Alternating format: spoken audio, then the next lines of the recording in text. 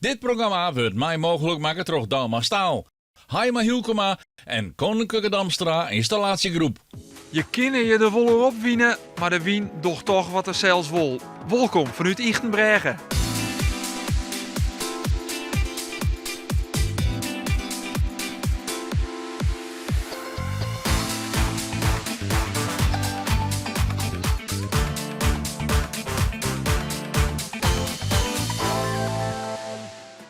Welkom bij het IFKS-journaal. Het is de inhaaldag, waarin de Grutte A geen inhaalwedstrijd had. Doch zijn wij er gewoon bij een IFKS-journaal. Mij omtinken onder oren van de skiertsrochters. We hebben scootjesielen in de Frieske Woorden. En we hebben bemanning die wel heel bijzonder kleid is. Welkom vanuit Ichtenbregen.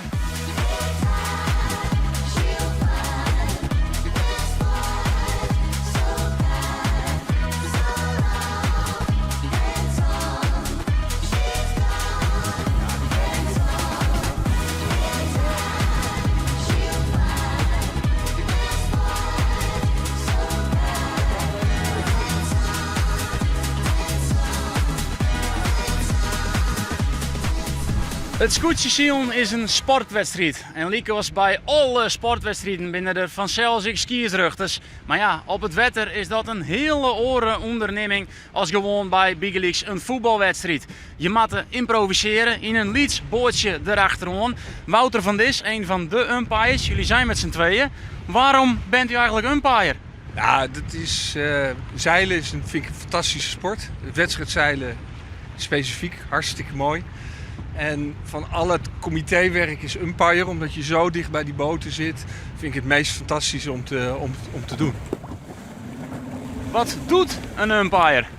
Op het moment dat die boten bij elkaar komen, dan zijn er een 13-tal regels, doe ik even uit mijn hoofd, die gelden. Dus een bakboord, stuurboord, dat soort belangrijke regels. En wij interpreteren wat daar op dat moment gebeurt. Dus wij moeten heel goed positioneren om te kijken of die regels goed opgevolgd worden. Je ziet ons dus vrij dicht op de boten liggen en precies proberen te bekijken hoe wij, waar de regels zich kruisen, zullen we maar zo zeggen. De routinier met de Grutte Pier redt hij het op om de tonnen te gaan, want hij komt van de binnenkant. De skiertsruchter zit er al op, houdt het in de gaten en die zocht dat Henk rechts een strafrondje draaien had. Nou, de Grutte Pier was voor mij een boeiraking in dat geval. Dan zie ik dat hij een boei geraakt heeft. Daar was hij het overigens niet mee eens. En dan mag ik hem een rode vlag geven en dan moet hij een rondje draaien. Het is een intensieve weekend vanzelfs en dus wissel je die umpires. Ik hoor de ene doet één dag, de oren deelt een orendag. Dirk-Jan Korpershoek, de andere umpire. Ja. Waarom doet u mee? Nou ja, goed. Ik vind het leuk om te umpiren. Ik ben zelf ook zeiler. En ik doe dan ook een sport waar altijd umpires gebruikt worden. En ik vind dan dat ik ook wat terug moet doen. Dus ik ben af en toe umpire, af en toe zeiler. En zo combineer ik dat een beetje. Als er dus protest wordt geroepen, hebben wij een soort van 3 opties. We kunnen een groene vlag omhoog gooien. Dat betekent dat wij vinden dat er niks aan de hand is. Dus dat iedereen zich netjes aan de regels heeft gehouden.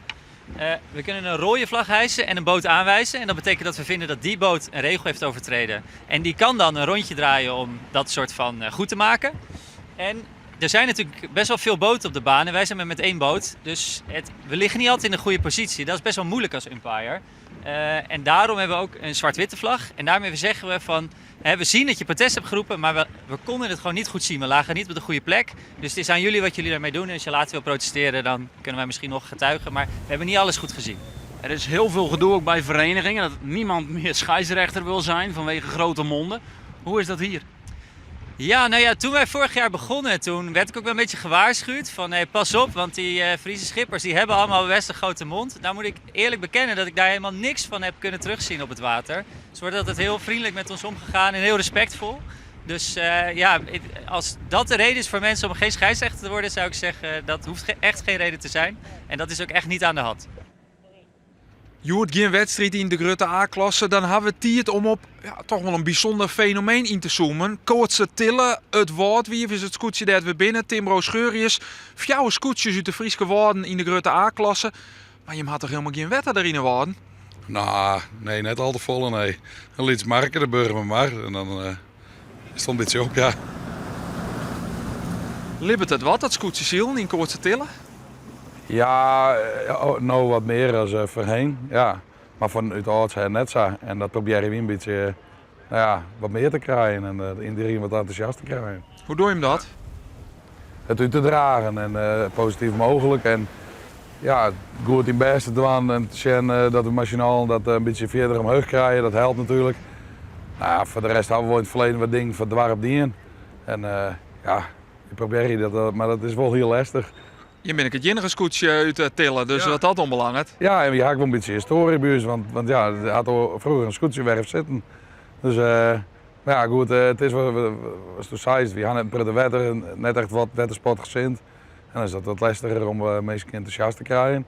Maar dan ben we ook gewond die dat wel binnen en daar ben we heel erg blij mee. Ja, bij ons in de buurt trainen we het lastig. Ja, in Bregen hebben we het ondertrokken. Maar dat is ook een pruttige dag, maar de laatste team met die Bregen, dus dat wordt hem net. Nou, Steen Woordpiekje is erom bekend dat ze het mes in de bek hebben. Dat ze het wel waren te sissen. Hoe gaat het om boord bij wedstrijden? Roppen razen? Nee, nou, misschien zo nou en dan wel eens. Maar nee, ik ben hartstikke rustig ontdek. Ja, maar je weet ook, als dat zij is, dan werkt het dat. Maar dat is veel een wel oorsbest, ja. Ja, dat moest ik leren. Ja, hoe ging dat toen al? Nou, dat wil ik wel eens wat voelen. Ja, als je ervaring opbouwt, dan hast je alles een keer zien en dan wist het wel rustiger van. Wordt er bij hem een hoop vlokt en ropt en raast aan boord? Nee, dat valt wel wat aan, maar in het heet van de strijd dan ben de commando's vaak wel eens wat kwatter. En dan, nee, dat valt wel wat aan. We zullen wel scherp en dat, daar is hij weg voor en dat is ook wel de mentaliteit in de worden, denk ik. En dat is ook, sta je binnen en dat mag je ook net verlogen je. Hoe ingewikkeld is het om als coach uit de woorden te komen? Want ja, je hebt net het romme wetter, je kan net de trainingswedstrijden hebben die de oorskoetjes op een snitse maar hebben gelijk op tontje te doen. Ja, die kan wij ook wel. Dat kun je prima organiseren door je daar training in en dat is op zich prima. Maar dat wil zeggen, als de scootjes vanuit de Frieske Marne of vanuit Zuidwest-Friesland naar de Woorden komen matten, dan ben het correct die Hollanders die altijd liggen te janken dat het naar de Ronestaat, vanuit de Ronestaat en Friesland altijd een heel lijn is. En de andere kant uit een soort volle kwatter werden. Nou, dat is met het ziel een beetje hetzelfde. Dat de scootjes met name daar het altijd naar Jestemar of naar de Woorden een heel lijn vinden. Terwijl wij altijd de wedstrijden daar op Hegen of op Snits of op Lemmer en Langwaarse wil zielen. Hoe liep het scootjesielen in Jestemar? Nou, hartstikke best. Hè. Wij zijn Santje en Liem begonnen met dit skip en met het enthousiasme vanuit het dorp bij met 250 donateurs en mooie supporters. En dit jaar hebben we de primeur dat er een tweede scootje wedstrijd gaat in de IFK's. Dus we kunnen zeggen dat het volop leeft in Jestemar. En ben ik altijd een soort mensen te zien. Nou, zowel voor de lidse A, voor de broekophouder als voor u in de Grutte A. En dat is gewoon hartstikke mooi om te zien. En dat je dat mij al koord kennen in die lidse meerskip in Jestemar ook. En ik het wel, als je hem duidelijk maakt dat scootjesielen in de woorden dat een goede match is om er een mooi Fries weer te broeken, dan liet je hem dat zien dus. Ja, zeker. Zoals we Santje en Lien vanuit 0 begonnen zijn, we hebben nog steeds dat een winnaar weer. En dat is dan nou gewoon om een podiumplakking strijd in IFK's. En met zoveel support, zowel financieel, maar ook met name qua lawaai op de kant en dat we stimuleerd werden. Ja, dat is wel heel uniek. En dan hebben we Jestemar en het ziel in de Woorden zeker op elkaar zetten. De IFKS-vloot is maar meer dan 60 scootjes grut. Maar er binnen altijd weer blikvangers die het opvallen als je op het wetter lezen. Ja, en als je dan pompenbladen shirts onderdoor maar een verslijnde bemanning, dan spring je echt in het eeg. En dus wie ik wel benijd, het Blauwhuster scootje, een vreunengroep, vreunskip stiet er ik op. Ik wie benijd, wat is dit voor scootje? Dennis Landman, ik zei al, die pakjes aan, lees eens uit. Hoe kom je hem hierbij? Nou, we zijn 18 jaar geleden begonnen met het scootje. Ik ben er vier vrienden die hebben bij me het idee gekomen van wij kunnen ook wel een scootje in het dorp hebben. Van Blauwhuis is het natuurlijk wel leuk om iets aparts te doen, zeg maar nou. Nou ja, we zeiden wat zou het nou leuk zijn als wij in de Friese kielm van het Blauwhuister dakkapel zielen mochten. Nou. De dakkapel is stappen. Dus de kion kwam in de kast. Nou, we zeiden misschien is het wel een leuk idee dat wij ze oernemen maaien. Nou, zei er, het is oud skipper, Hartman Witterveen, die wie ik helemaal bekend in de blaaswereld, het een aantal man van de dakkapel benaderen. En nou, die man die zei hier altijd al wat zijn van, we hopen dat net dat een orenkapel haast nu aangiet wan. Dus die man zei, ja dat is machtig, dat moet wezen. De Blauwhuister scootsie in uw tenue, dan heeft het een mooi plakje en dan bloedt het in Blauwhuis. Jappie de Jong, een van de oprichters van dit scootje, is er al 8 jaar lang bij. Wat vind je hier zo mooi, jongen? Ja, wat vinden we hier zo mooi, jongen. Het is een prachtig sport en ik hou van de Friese sporten. Dat is, dat vind ik gewoon al geweldig. Ik ben gewoon echt een Frieslandgek. Maar ja, het is een mooi shuffelen mensen op het scootje. En, het is gewoon een geweldige sport. Maakt het mooi op vetter. Nou, wien en geen wien. Nou, het is al mooi. Bij het luisteren een beetje hudden wien, zou het nou, het gaat nog wel een beetje misschien, maar het moet wel zijn. Dus ik hoop dat het daar goed gaat. En het is een verslaande nieuwe generatie eigenlijk, zo staat. Hoe is dat voor jou? Nee, dat vind ik alleen maar leuk. Dat wij eerst steeds een keer van, nou, wij hebben in maanden hebben dit opgebouwd en het moet je trots zetten. Nou, dat is Blauwhuis leeft ervoor. Dat vind ik, dat is ik geweldig sponsors en helemaal goed, top. En de jonge Rijn die moet het eigenlijk noemen nemen, zei eerst. En die ben ik al erg enthousiast. Ja, mooi. Gaat het nou om de gezelligheid of gaat het om het winnen? Nou, het gaat om het winnen. Het gaat om het ziel, de gezelligheid je erbij. En nou ja, we merken nou, we zijn toen met gang naar de A-klasse gefloten. En daarna ben ik weer redelijk al 2 keer gedegradeerd. Nou ja, dan merk je wel natuurlijk dat de motivatie een beetje minder wordt. Nou, dat natuurlijk je bloeien wel fanatiek, maar het wil gewoon net. En dat is dan jammer. En nou, dit hier, we hebben wat dingetjes verloren. We beginnen weer in de C-klasse. Nou ja, en we doen nou wel leuk mooi. Dus dan merk je aan de ploeg dat iedereen weer fanatiek wordt. Dus ja, dat is hartstikke leuk. En er zit bij je muziek in dus nog. Ja, zeker weten. Het brecht je bloed erin, hè, die muziek brengen. Ja, die horen we erin. Ja.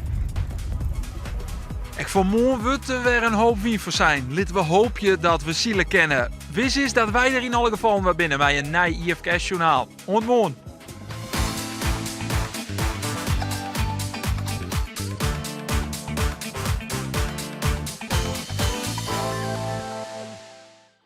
Dit programma waard mij mogelijk maken door Dauma Staal, Haima Hulkema en Koninklijke Damstra Installatiegroep.